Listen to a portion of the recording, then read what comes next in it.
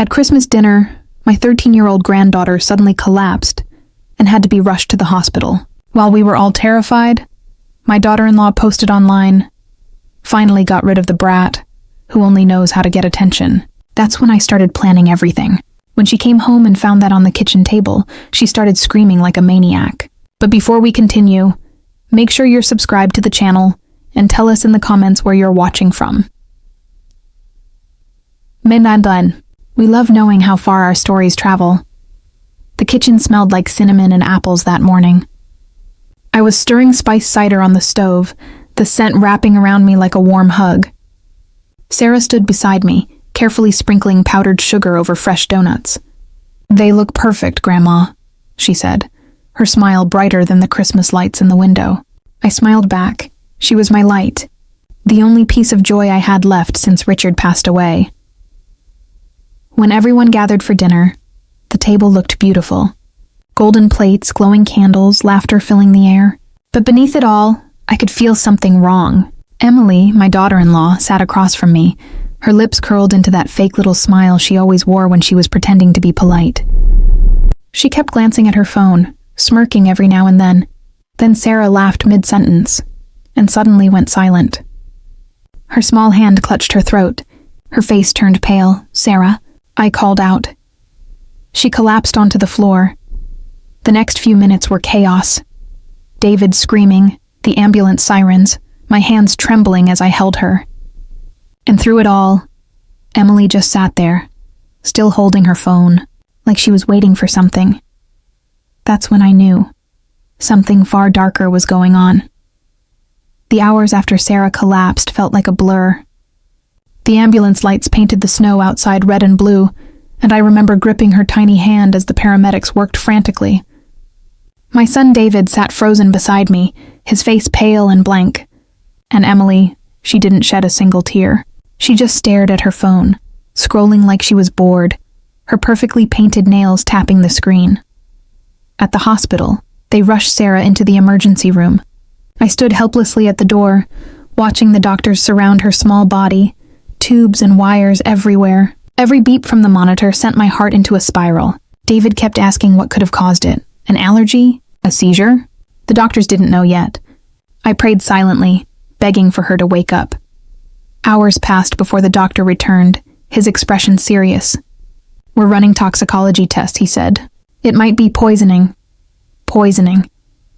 The word hit me like a knife. David's jaw dropped, but Emily didn't flinch. She only crossed her arms and muttered, "That's ridiculous. Who would poison a child?" The doctor didn't answer. He just walked away. Later that night, while I sat alone by the hospital window, my phone buzzed. It was a notification from Facebook. I wasn't expecting much, maybe a family message, maybe prayers. But when I opened it, my heart stopped. It was Emily. She had posted a photo of 2 wine glasses, captioned, "Finally got rid of the brat who only knows how to get attention." For a moment, I couldn't breathe. My hands trembled so violently that I nearly dropped the phone. This wasn't grief. This wasn't shock. This was pride. That was the moment something inside me broke. I didn't cry. I didn't scream.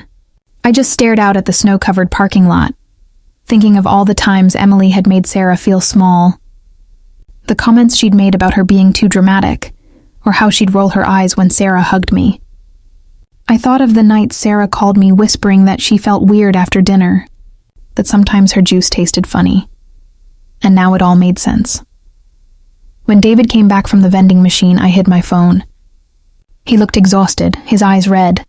"Mom," he said quietly, Do you think she'll be okay?" I nodded, though my throat felt like sandpaper. "She's strong," I whispered. "She's a fighter."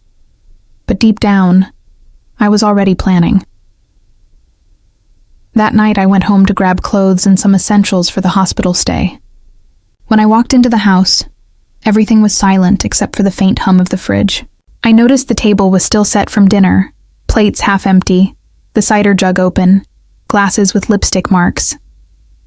Emily was sitting in the living room, legs crossed, scrolling her phone again. She didn't even look up when I entered. "How's the little actress?" she asked casually, smirking. I froze. "What did you say?" She shrugged. You know what I mean. Always something with that kid. Fainting, crying, pretending to be sick for attention. Maybe now David will see she needs help. The rage that built inside me was quiet, sharp, and controlled. I wanted to scream, but instead I smiled. You're right, I said softly. Maybe now we'll all see things more clearly. She didn't notice the way I looked at the wine glass on the counter, or how I slipped one of them into a plastic bag before I left. Back at the hospital, Sarah was still unconscious. I sat beside her bed, holding her hand. The monitor beeped steadily, a fragile rhythm that told me she was still fighting. I looked down at her pale face, brushed her hair back, and whispered, "Don't worry, sweetheart. Grandma's here now, and I promise you, I'm not letting her get away with this." I didn't know exactly how yet, but I knew one thing for certain. Emily's little social media game was about to end, and this time, she wouldn't be the one posting. The next morning, I woke up stiff and sore in the hospital chair beside Sarah's bed. The machines hummed softly, a cruel reminder that my granddaughter was still fighting for her life. Her small hand lay motionless in mine, and all I could think about was that Facebook post. Those words burned into my mind like a scar. Finally got rid of the brat who only knows how to get attention. Emily hadn't even deleted it. It was still there for the world to see, gaining likes and laughing emojis from her awful little circle of friends. People who had no idea a 13-year-old girl was lying in the ICU while her stepmother celebrated. I wanted to tell David immediately, but I knew my son, he loved that woman blindly. He would defend her until there was proof that couldn't be denied, so I decided to get it. When the nurse came to check Sarah's IV, I excused myself and stepped into the hallway. I called my old friend Thomas, a retired police officer who'd helped me once years ago when Richard passed. "Thomas," I whispered, "I think someone tried to poison my granddaughter." There was a pause. Then his voice dropped low. "You don't make a claim like that without evidence, Helen. What makes you think that?" I told him everything. The sudden collapse, Emily's post, her strange behavior. He didn't interrupt, just listened. When I was done, he sighed. "Bring me whatever you can from that dinner. Food, drinks, glasses, anything that might have residue." I already had the wine glass in a plastic bag in my purse. "I have something," I said quietly. "Then bring it over," he replied. And Helen, don't confront her. Not yet. But it was already too late for that. When I got home later that evening, Emily was in the kitchen again, humming. She had the audacity to hum Christmas music while my granddaughter was in the ICU. Her phone sat propped on the counter, playing some upbeat holiday playlist as she stirred cocoa. "Back so soon?" she said, not turning around. "I forgot something," I replied. Her shoulders tensed slightly, but she kept stirring. "How's the little drama queen? Still pretending to be sick?" That was it. I couldn't hold it in anymore. I stepped closer. "You really shouldn't talk like that, Emily," I said. "Not when the police are running tests on everything from that dinner." She froze. Her spoon clattered into the pot. Slowly, she turned around, her eyes narrowing. "What are you talking about?" I smiled faintly. "They're checking for toxins. You know, antifreeze, pesticides, things like that. Just routine, of course." Her face went white. She tried to speak but couldn't find the words. Then she let out a forced laugh. "You're insane. You really think I'd hurt a child?" I didn't respond. I just picked up my coat and walked toward the door. "The funny thing about poison, Emily," I said softly, "is that it leaves a trail, and some trails never fade." When I left, she was still standing there, trembling slightly. That night, I met Thomas. He took the glass and promised to rush the test discreetly. As I sat in his kitchen, the smell of old coffee filling the air, he said, "If what you're saying is true, Helen, we'll find it. But if you're wrong—" "I'm not wrong," I interrupted, my voice firm. "That woman hates my granddaughter, and she's going to pay for what she did." Back at the hospital, Sarah's condition hadn't improved. The doctor said she was stable but still unconscious. I sat by her bedside, holding her hand, whispering prayers. And then I noticed something. Faint scratches on her wrist. Tiny crescent marks, like she'd tried to grab something. My stomach dropped. Had she realized what was happening? Had she tried to stop it? I kissed her hand and whispered, "Hold on, baby. Grandma's going to make sure she never hurts anyone again." Because now, I wasn't just a grandmother waiting for justice. I was a woman on a mission, and Emily had no idea that her perfect little life was about to crumble, piece by piece. The next morning, the house felt unbearably quiet. The Christmas decorations, once cheerful, now looked cold and mocking. The smell of pine and cinnamon that used to comfort me only made my stomach twist. I hadn't slept all night, replaying the moment Sarah collapsed over and over again. I sat by the kitchen table, clutching a mug of untouched coffee when my phone buzzed again. It was another post. From my daughter-in-law, Emily, the same one who'd written that awful thing online. The caption read, "Sometimes karma comes faster than expected." My heart dropped. Who says something like that about their own child? I wanted to scream, but instead, I grabbed my coat and rushed to the hospital. When I arrived, Sarah was still in critical condition. Tubes and wires surrounded her small, pale body. Machines beeped steadily, a rhythm that both comforted and terrified me. My daughter-in-law sat in the corner scrolling through her phone, expression blank, like none of this mattered. "Emily," I whispered, struggling to keep my voice calm. "How could you post that?" She looked up slowly, her eyes cold. "People can think what they want," she said. "You don't understand. She's been manipulating everyone for years, always pretending to be sick to get attention." That was it. Something inside me snapped. I stood up, trembling, every muscle in my body tight with rage. "She's a child," I shouted. "And she's fighting for her life." For the first time, something flickered in her eyes. Fear, maybe. But just for a second. Then she smirked and turned away, muttering, "Believe what you want." I stormed out of the room before I could do something I'd regret. In the hallway, I leaned against the cold wall, breathing heavily. That's when the doctor came out, his expression serious. "Mrs. Carter," he said softly, "we're running some tests. There's something unusual in her blood work, toxins we can't identify yet." My mind froze. "Toxins?" He continued, "It might be accidental, but we're not ruling out intentional poisoning." The world tilted. Poison. The word echoed in my head like a gunshot. My hands went cold, and a sick realization started forming in my chest. When I looked back through the glass window at Emily, sitting there, typing on her phone, her face expressionless, I knew. That's when I decided I wouldn't sit quietly anymore. I'd find out exactly what happened to my granddaughter, no matter what it took. But before we go further, make sure you're subscribed to the channel so you don't miss what happens next. And tell me in the comments, what would you do if someone you loved was in danger, but no one believed you? That night I went home and started digging. I opened Emily's social media accounts, scrolled through her posts, her comments, even her tagged photos. She was more careless than she realized. Hidden between filtered family pictures and fake smiles were fragments of her real life. Parties, late nights, strange men, and messages dripping with resentment about her brat stepdaughter. And then, one post stood out. A photo of a wine glass captioned, "Finally got the recipe right." It was from the night before Christmas dinner. I stared at that photo until my vision blurred. The same night Sarah had collapsed. The same glass Emily had handed her. That's when I knew. This wasn't an accident. I sat there staring at that photo on my phone, the wine glass gleaming under the kitchen light, a mocking reminder of how blind I'd been. My heart pounded so hard I could feel it in my throat. The caption finally got the recipe right. It wasn't about wine. It was about Sarah. I could still see that moment clearly. Emily handing Sarah a glass of punch at the dinner table, insisting she try it because she made it special. Sarah had smiled politely, always eager to please.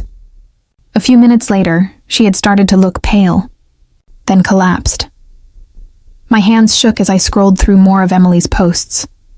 Hidden in between her filtered selfies and quotes about positive energy were messages dripping with venom.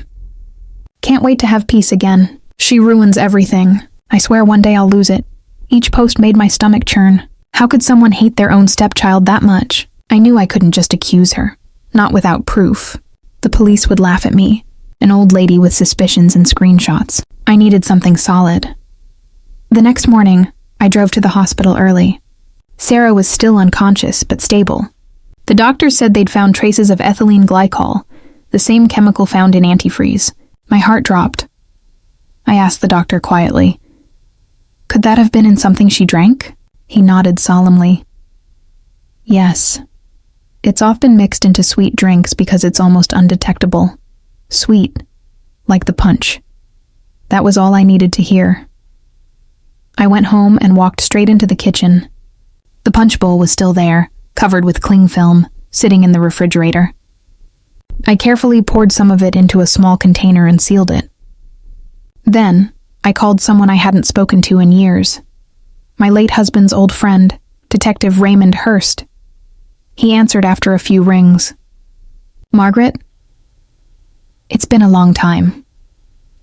"Ray," I whispered, my voice trembling. "I think someone tried to poison my granddaughter." There was a pause. Then he said, "Tell me everything." I did. Every detail. The Christmas dinner, the social media post, the test results, the photo, everything.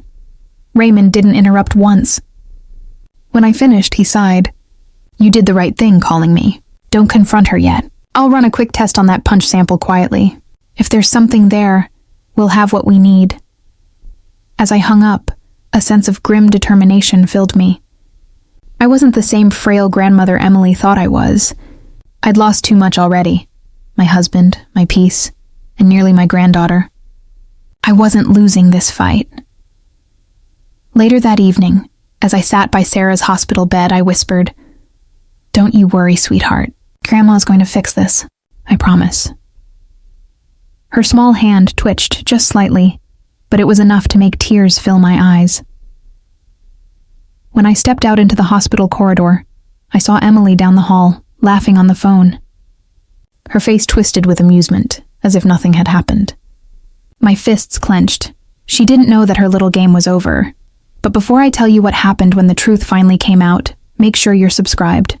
Because what comes next will shock you. And let me know in the comments, have you ever seen someone pretend to be innocent while hiding something dark?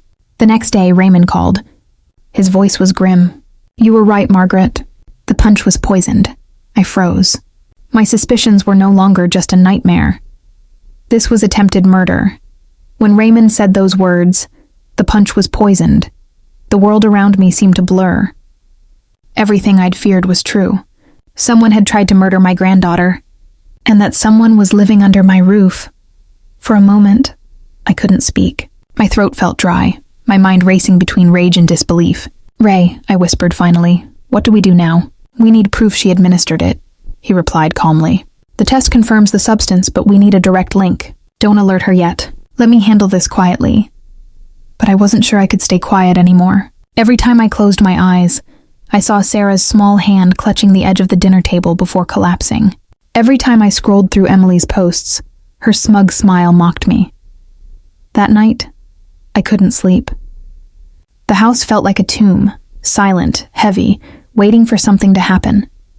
I sat at the kitchen table, staring at the spot where Sarah had once laughed while rolling out cookie dough.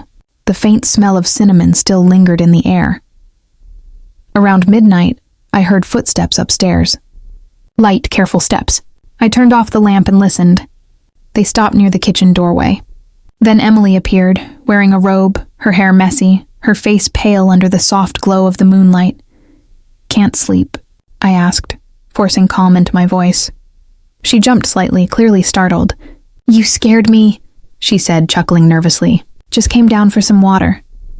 I watched her walk to the sink, her every movement tense. "You should rest," I said. "You'll need your strength when the police start asking questions." She froze mid-step, her back still turned. What do you mean?" I stood up slowly. "You know exactly what I mean." She turned, eyes wide, the fake calm crumbling. "You're delusional, Margaret. You always have been? Really?" I said, taking a step closer. "Then explain why the doctor found toxins in Sarah's blood, or why Raymond Hurst has a sample of the punch you made, and it tested positive for antifreeze." Her face went white. For a few seconds, neither of us moved.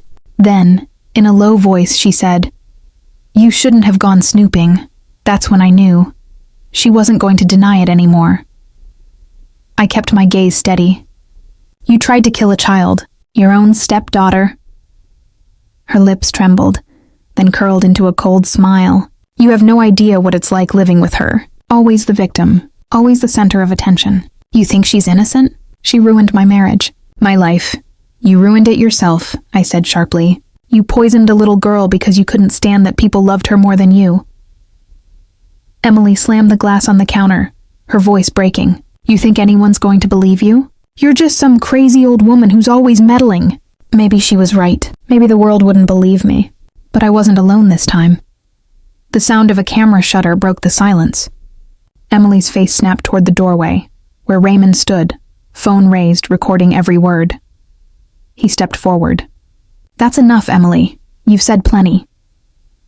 For a brief moment, she looked like a cornered animal, her eyes darting between us, calculating escape. Then she bolted for the back door. Stop her! Raymond shouted, sprinting after her. I froze for a second, heart pounding, then ran after them into the freezing night. But before I tell you what happened next, take a moment. If you haven't already, subscribe to the channel. You won't believe how this night ended. The cold air hit me like a wall as I stepped outside. The yard was covered in snow, glistening under the pale moonlight. Emily was already halfway across the driveway, her robe flapping behind her, barefoot in the freezing cold. Raymond chased after her, his boots crunching in the ice. Emily, stop, he shouted, but she didn't. She darted toward her car, fumbling with the keys. The headlights blinked once. Then she froze, because I was already standing behind her, holding up the spare set of keys I'd taken weeks ago. You're not going anywhere, I said quietly. Her chest heaved, white puffs of breath escaping into the night. For a moment, the only sound was the wind whistling through the trees. Then she laughed, a low, bitter laugh that sent chills down my spine. You think you've won? She spat. You don't know what you've started. Raymond stepped forward. It's over, Emily. The police are already on their way. You confessed, and I've got it all on camera. Her eyes flicked between us. Wild, desperate. You don't understand. If they find out, I lose everything. My job, my reputation, my life. You should have thought about that before you tried to take hers, I said, my voice breaking. You poisoned a child, Emily, my granddaughter. Her lip quivered, and for a fleeting moment, I saw fear, real fear, flash across her face, but it vanished just as quickly. She lunged toward Raymond, trying to snatch his phone. They struggled, slipping on the icy ground. I screamed, running forward, but before I could reach them, Raymond lost his footing and fell. The phone flew out of his hand, landing in a pile of snow. Emily grabbed it, clutching it like a weapon. No one will ever see that video, she hissed. Emily, don't. I cried, but she didn't stop. She smashed the phone against the concrete, again and again, until the screen shattered completely. Then she dropped it, panting, her hands shaking. Raymond groaned, trying to stand. It's backed up, he said through clenched teeth. You didn't delete anything. Her face twisted. You're lying. Try me, he said, his tone deadly calm. For the first time that night, Emily hesitated. She looked at the broken phone, then at us, the realization dawning on her that it was over. Completely over. The faint sound of sirens echoed in the distance, growing louder with every second. Blue and red lights began to flicker faintly through the trees. Emily's breath hitched. No, she whispered. No, no, no. She backed away slowly, shaking her head. You think you can ruin me? You think I'll let you? Emily, please, I said softly. Don't make this worse, just stop. But she wasn't listening anymore. Her eyes darted toward the woods behind the house. Dark, endless, covered in snow. Before we could move, she turned and ran. Emily, I shouted. Raymond grabbed his flashlight and sprinted after her. The sirens were closer now, but the woods swallowed every sound, every echo. I could barely see them, just faint shadows disappearing into the darkness. I stood there in the snow, heart pounding, watching the lights of the police cars approach, praying this nightmare would finally end. But deep down, I knew it wasn't over yet. And I was right. Because what they found in those woods later that night changed everything. The woods behind our house were dense and cold, blanketed with fresh snow that swallowed every sound. The police lights flickered across the trees, casting long, trembling shadows. I stood near the edge of the yard, clutching my coat tightly around me, staring into the darkness where Emily had vanished. Raymond's flashlight beam flickered through the branches as officers shouted her name. "Emily, come out! It's over!" But there was no response, just the haunting rustle of wind pushing through frozen pine needles. I prayed silently.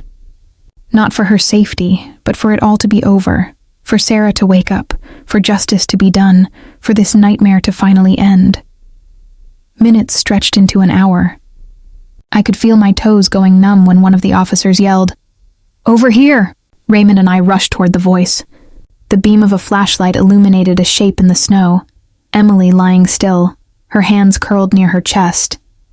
Her robe was torn, her hair tangled with frost. For a horrifying second I thought she was dead. Then she moved, groaning weakly. "Don't. Come closer," she muttered, voice hoarse. Raymond knelt beside her carefully, signaling the officers to hold back. "Emily, you need help. Let us take you to the hospital." Her eyes opened, glassy and distant. "You don't get it," she whispered. "It wasn't supposed to be like this. I just wanted peace." Her words hung in the cold air, fragile and broken. "Peace?" I asked, my voice trembling. "You nearly killed a child." Tears rolled down her cheeks, freezing as they fell. "You think I wanted to hurt her? She ruined everything." Every day she reminded him, reminded Mark, that I'd never be enough. "I just wanted quiet." Her words made my stomach twist. This wasn't guilt. It was delusion. Raymond shook his head. "Emily, you need to stop talking. Anything you say," but she cut him off, laughing bitterly. "It doesn't matter. None of it matters now." Her eyes rolled back and she slumped against the snow. "Get the paramedics," Raymond shouted. 2 officers ran forward with a stretcher. I stepped back, numb, watching as they lifted her up and carried her away toward the flashing lights.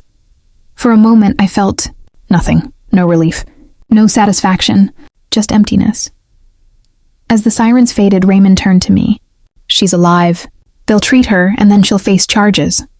I nodded, but my thoughts were already somewhere else, back in that hospital room, where Sarah was still lying unconscious, unaware of everything that had unfolded. The following morning I drove to see her.